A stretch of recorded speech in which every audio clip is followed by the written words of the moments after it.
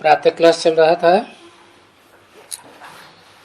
14 अप्रैल 1968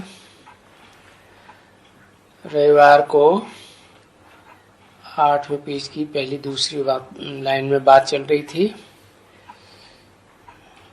गीता का भगवान कौन, ये चित्र उनको दिखाओ तो ये पढ़ें कि गीता का भगवान जो शास्त्रों में लिखा हुआ है कृष्ण बच्चा, और वो कृष्ण बच्चा तो मंदिरों में बच्चे के रूप में ही दिखाया जाता है। वो गीता का भगवान कैसे हो सकता? गीता पति भगवान, गीता माता का पति भगवान छोटा बच्चा। अब देखो कितना फर्क हो जाता है।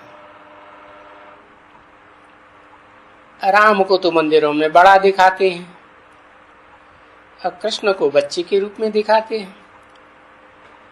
तो शिव निराकार अगर प्रवेश करेंगे तो किस में प्रवेश करेंगे गीता ज्ञान सुनाने के लिए? है बच्चा में प्रवेश करेंगे क्या? है नहीं, तो फर्क हुआ ना। फिर उनको समझा तो सकेंगे ना। जैसे नेहरू की ये बायोग्राफी में कोई उनके बच्चे का नाम थोड़ा ही डाला जाएगा।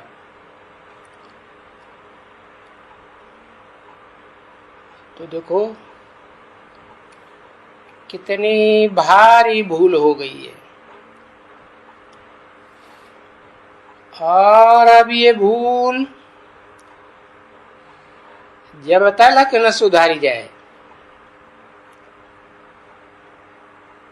ये सारी दुनिया के लोग बाप को नहीं पहचानेंगे। जैसे विदेशी और विधर्मी धर्म पिताओं ने निराकार को तो बाप माना है बिल्कुल गॉड फादर माना है, परंतु गीता में कृष्ण का नाम डाल देने से उनकी बुद्धि भी चकरा गई है। मानते हैं कि गीता का ज्ञान सर्वश्रेष्ठ ज्ञान है, ऐसा ज्ञान हमारी धर्म पुस्तकों में भी नहीं है। फिर भी मानने के लिए तैयार नहीं होते कि कृष्ण कोई गीता का भगवान हो सकता है। तो समझा सकेंगे ना कि बड़ी भारी भूल हो गई है। कैसे बाप को पहचानेंगे? रूहानी बाप को, जो रूहों का बाप है। कोई जिस्मानी बाप तो नहीं है। रूहानी बाप को तो जैसे रूह को देह चाहिए तभी माता के गर्भ से जन्म लेती है। अब बाप तो गर्भ से जन्म नहीं लेते, परंतु कोई तन में प्रवेश तो कर सकते हैं ना। जैसे गीता में लिखा है मैं प्रवेश करने योग्य हूं। कोई शरीर में प्रवेश करेंगे तो इसीलिए तो उन्होंने शास्त्रों में दिखाए तो दिया कि अर्जुन के रथ में आया। अब शास्त्रों में तो लिखा हुआ है शरीरम रथम विद्धे, शरीर को रथ मानो। और गीता में बोला हुआ है अर्जुन से इदम शरीरम कौन्तेय क्षेत्रम मित्यभिधीयते। ये कुंती पुत्र अर्जुन, ये तेरा शरीर रूपी रथ जो है मेरा क्षेत्र है। किस बात का क्षेत्र है? गीता ज्ञान सुनाने का। तो निराकार आत्मा जैसे शरीर नहीं धारण करती है तब तक कोई कार्य नहीं कर सकती, ऐसे ही निराकार आत्माओं का बाप भी जब तक अर्जुन कहो, आदम कहो, एडम कहो, सृष्टि का आदि पुरुष कहो, उसमें प्रवेश न करे तब तक कोई कार्य कैसे करेगा, ज्ञान कैसे सुनाएगा। ज्ञान सुनाने के लिए तुमको चाहिए ना। तो ये भूल को सुधारना है। बाप से वर्षा कैसे लेंगे अगर भूल नहीं सुधारेंगे। कितनी बड़ी भूल है। ये रूहानी बाप क्या समझाते हैं, और वो विद्वान पंडिताचार्य सन्यासी क्या समझाते हैं कि गीता का भगवान कृष्ण बच्चा है। अभी कृष्ण तो अगर कृष्ण कहें सो भी उनको मुरली दिखाई है। अब वो काठ की मुरली की तो कोई बात ही नहीं है। ये तो जिस अर्जुन के रथ में प्रवेश करते हैं वो कठबुद्धि हो जाता है। और उससे भी जास्ती कठबुद्धि तो वो आत्मा होती है जो इस मनुष्य सृष्टि में पीपल के पत्ते पर दिखाया गया है।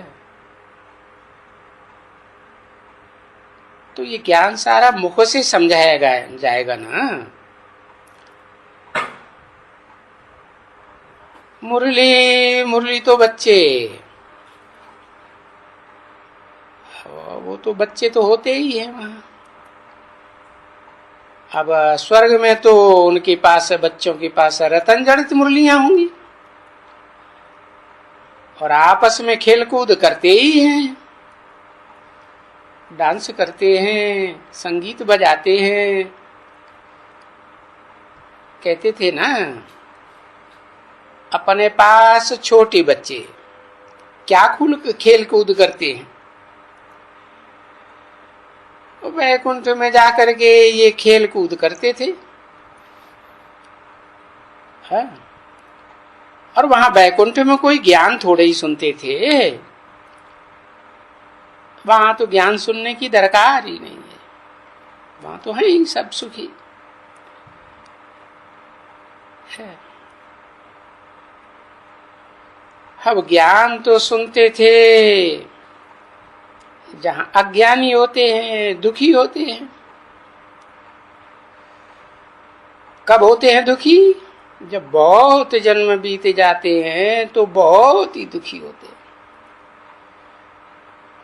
तब बाप समझाते हैं, बहुत गई थोड़ी रही, थोड़ी की भी थोड़ी रही।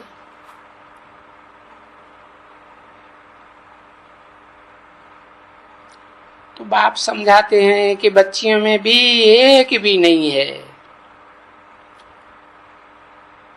जो बात मैं समझाता हूं वो समझ सके। ऐसी कोई दीदी है? उन दीदियों में से जो बाहर बैठ करके जो ध्यान में जाती थी, रास करती थी, है? पास में आती थी, है? और बस यही उनको ध्यान रहती थी, है? कितना श्रृंगार करके खड़ी रहती थी, है ना? वो दृष्टि दे करके वहां से वो बस वहीं देखते देखते रास करती करते वो स्वर्ग चली जाती थी। अभी देखो उन सब में एक भी नहीं है। बहुत भक्ति की,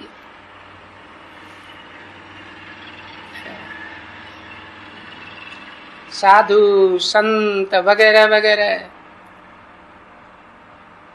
उन सब ने भी क्या किया? ये सब भक्ति ही की ना। और सो भी कोई उन बाबाओं में अच्छा बाबा नहीं है, वो बोलते हर्जा नहीं है। अगर बाबा अच्छा नहीं है, चलो हम आपस में बैठे, चलो।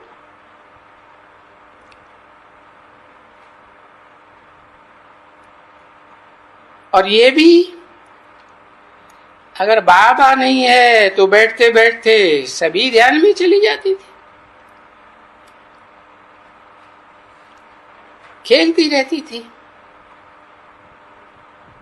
बिना बाबा के ही खेलती रहती थी, और हम तो देखते थे। समझा ना? तो ये वंडर है ना बच्ची। इसमें कोई कहे कि इसको इसने जादू लगाया, फलाना किया। अरे नहीं, वो तो आप ही अपन को जादू लगाते हैं।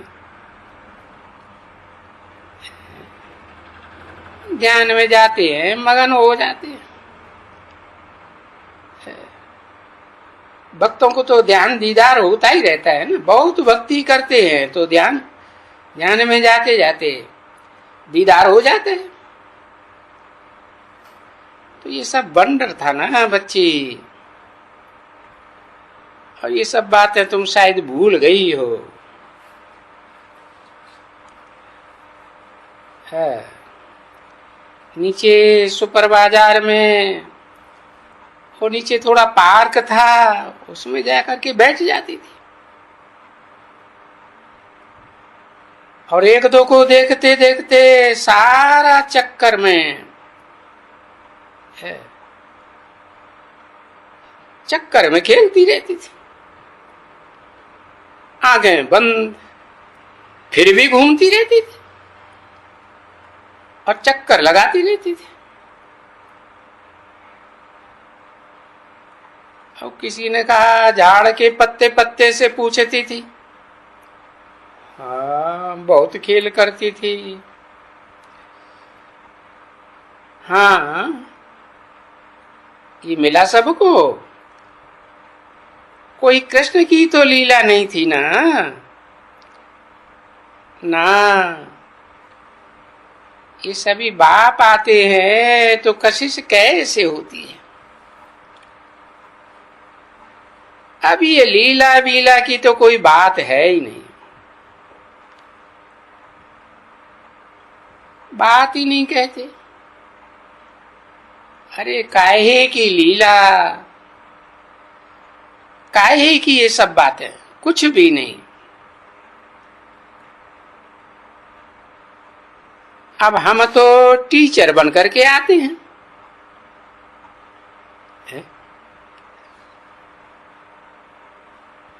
हम क्यों कह दिया? मैं टीचर बन करके आता हूं, ऐसे कहना चाहिए ना। तो मैं अकेला तो निराकारी आत्मा, मैं अकेले कैसे आऊंगा? तो प्रवेश करके आता हूं, और जिसमें प्रवेश करता हूं उसको भी कहता हूं अपन को निराकारी आत्मा समझो।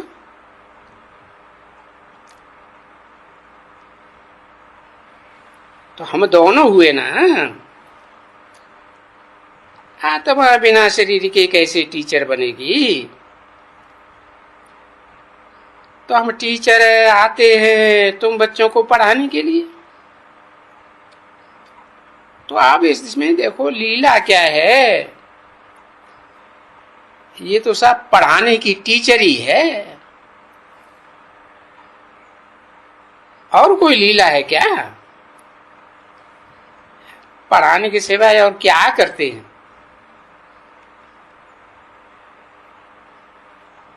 जैसे बुड्ढा है तैसे बुड्ढा है। और बाबा आते हैं इस रथ में, या कहें कि बाप आते हैं,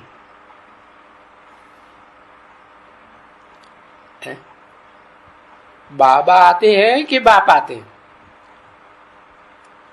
क्या कहें? हाँ, क्योंकि मुकर्रर रथ में तो मुकर्रर रथ में सदा काल प्रवेश ही रहते हैं ना, तो उसके बगैर तो नहीं आवेंगे।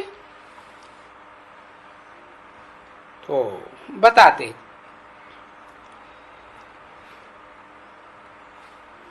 कि बाबा शिव बाबा कहा जाता है, तब कहा जाता है जब शरीर में मुकर्रर रथ में प्रवेश करते हैं तो बाबा, नहीं तो आत्माओं का बाप कहेंगे ना। बाबा तो तब कहेंगे जब है कोई बाप का बाप बने, और मेरे तो सब बच्चे हैं, तो मैं आता हूं, आत्मा रूपी बच्चे हैं, इसमें बाबा बनने की बात ही नहीं। मैं तो सिर्फ आत्माओं का बाप हूं। साकार में बाबा, नाना, चाचा, काका, ताऊ होते हैं। तो इस रथ में बैठ करके तुमको ये सारा ज्ञान देता हूं। नहीं तो ये सारा ज्ञान तुम बच्चों ने कहां से सीखा? हाँ, भक्ति मार्ग में गुरु तो बहुत किए, सो आगे भी मैंने समझाया था कि अभी ये कोई एक को थोड़े ही समझाते हैं, है? और मैं तो आता हूं पहले एक को समझाता हूं। देखो शास्त्रों में भी दिखाया हुआ है, यादव, कौरव, पांडव, ये सेनाएं खड़ी हुई थी ना सारी, है? समझाया किसको? है?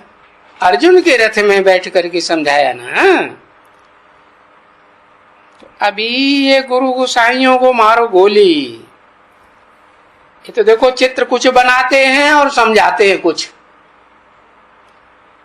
ये कुछ भी नहीं समझा सकेंगे।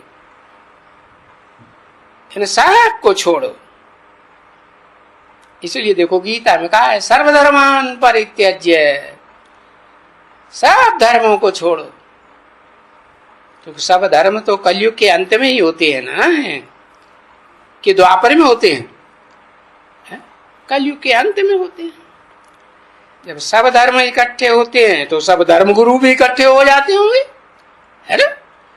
हाँ, तो अभी ये गुरु गोसाइयों को गोली मार दो, तो ये सब भक्ति मार्ग के गुरु हैं, अंधश्रद्धा सिखलाने वाले हैं भक्ति मार्ग की। और एक नहीं है, अनेक अनेक गुरु। और यहाँ तो बच्चे तुम जान गए हो कि ज्ञान तो एक से आता है, अज्ञान अनेकों गुरुओं से आता है। वो तो भक्ति मार्ग की बात है। तो एक गुरु सदगुरु है, बाकी सब गुरु है, गाते भी हैं, है? एक सदगुरु निराकार अकाल मूर्त, सिखों में गाते हैं ना। तो जब एक सदगुरु है तो बाकी गुरु क्या हो गए? एक सत्य बाकी झूठे। तो सदगति दाता तो एक ही होता है, बाकी तो सब दुर्गति दाता। अच्छा, मीठी मीठी सिकिल दे रूहानी बच्चों प्रति, रूहानी बाप का